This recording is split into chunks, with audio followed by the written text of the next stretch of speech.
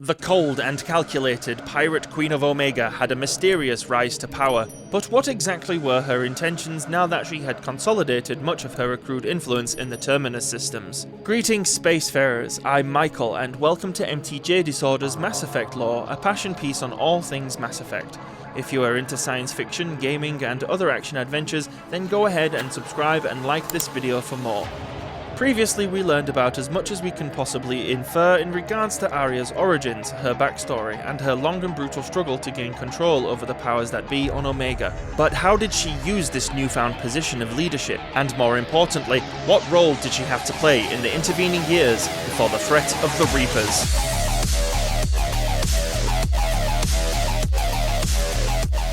As we continue with her unique story, we will uncover most of the significant events she would become involved in, why she would even be bothered with such tedious skirmishes to begin with, and ultimately how intervening and exerting her dominance would shape the political landscape of the Terminus Systems. So let's continue.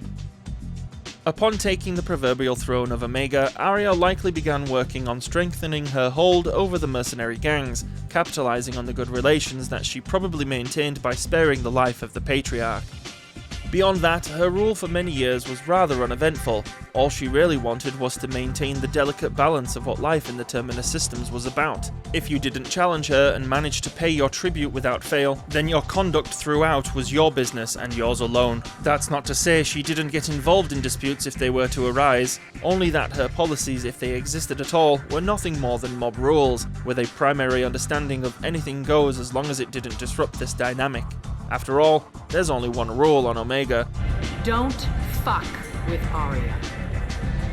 Shortly after the Geth attack on the Citadel in 2183, activity from the strange and relatively unknown group the Collectors began to steadily increase throughout much of the Terminus. Eventually, just 1 week before their attack on the Normandy SR-1, whilst investigating a disturbance on Omega, Aria was able to uncover a plot to begin systematically harvesting human colonies, and whilst Aria doesn't have any particular fondness for humanity as a whole, the intel they recovered listed colonies within the Terminus Systems and even Omega itself as primary targets for their abductions. It's worth it to note that this intel was being given to the Collectors by the Blue Suns, furthering Aria's concerns on the matter. Finding out one of the Terminus System's most prominent mercenary groups was acting against the interests of Omega was an action she could not let go ignored. Ultimately, the Blue Suns who were involved were interrogated and executed. A stark reminder of what happens when you fuck with Aria. After this, Aria became increasingly aware of Collector intentions and began a concerted effort to make tracking their movements and behaviour a priority. Sometime after their attack on the Normandy, the Collectors began hunting down the remains of Commander Shepard, and though at first Aria was unaware of their involvement, she had been made aware of the fact that Shepard was in fact recovered and was currently in the possession of the Blue Suns, an otherwise superfluous piece of intelligence. That was until she was approached by Aria T'Loak, who in a desperate bid to find Shepard warned Aria that it was the Collectors for whom the Blue Suns had retrieved their body. Upon learning this, Aria instantly shared the intel, though begrudgingly, as she was not fond of information brokers barging their way into her office.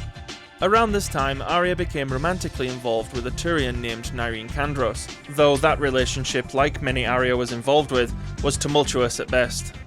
Whilst aiding her cousin Nyreen Kandros, whom was working for the Andromeda Initiative, Nyreen ends up irritating Aria for getting her involved.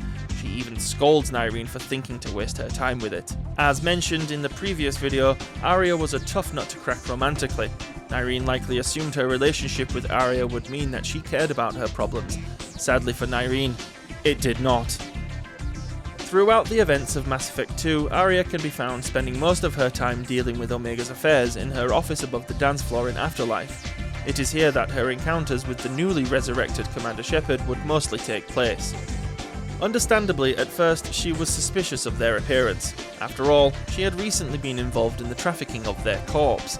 But after confirming their identity, Aria would become relatively open to aiding them during their business on Omega, assisting them with locating Mordin Solus, who through conversations we learn that she deeply respected and even appeared to have some form of closeness with. To what extent is up for debate. I know there's many of you out there that would ship Mordin and Aria in a heartbeat. Aria would also help Shepard in tracking down the Archangel, whom though she did not approve of causing chaos on Omega, was fairly indifferent to as long as he left her alone.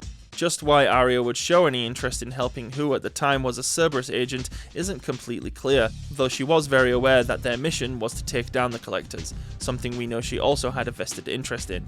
And this seemingly appears to be a goal that Aria is very eager to help with, as her only request to Shepard in return was to help the Patriarch solve a dispute with the Blood Pack, and beyond that, to do nothing more than stay out of her business. It's another example of Aria's genius in hindsight, as not only does it provide a solution for her problems with the Collectors, but it also earned her a valuable ally in Commander Shepard. Before the crew of the Normandy was ready to launch their mission through the Omega-4 relay, Aria would have one last dealing with them. Several months prior, an Ardat Yakshi, a genetically feared subset of Asari who went by the name of Morinth, arrived on Omega in attempts to lay low and avoid discovery from Asari Justicars. Unfortunately for her, however, the insatiable appetite she had for bonding with others resulting in their death would eventually lead to her discovery. Aria was no fool and likely knew of her presence on Omega the moment she arrived. And though the trail of unlucky victims this Morinth was leaving across Omega wasn't exactly ideal, Aria chose to let it be. As with Archangel, so long as they did not threaten her, there was no issue. Alas, by this point Aria's alliance with Shepard meant certain favours were in order, and as it were, this time when the commander returned to Afterlife, it was in the company of an Asari Justicar named Samara, who was tasked with hunting down and eliminating Morinth. And though at this time Aria had no issue harbouring the fugitive, this Justicar, through their involvement with Shepard, had learned Morinth was in fact hiding on Omega. Aria was in somewhat of a bind, though helping the Justicar locate the Ardat Yakshi ultimately fixed a problem that Aria was certain to face sooner or later had she not dealt with it herself.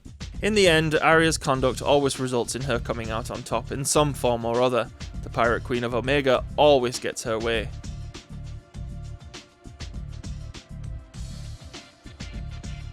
The common theme with many of Shepard's dealings with Aria was one of mutual reward.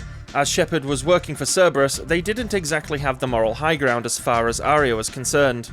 Assisting Shepard in these matters meant ultimately assisting Cerberus, which at the time could prove equally as valuable as it was dangerous. This would not be the only time Aria had dealings with Cerberus, and it certainly would not be the last. Whether she liked it or not, Aria would soon find herself becoming a bigger piece in the overall picture of galactic politics. In the next video, we will explore her involvement in the events leading up to the Reaper invasion. In the meantime, thank you so much for watching. If you like this video and want to see more Mass Effect related content, then by all means like, share and subscribe to the channel, and hit the bell notification icon to be informed of the next one. Keela Salai, my friends, and until next time. I should go.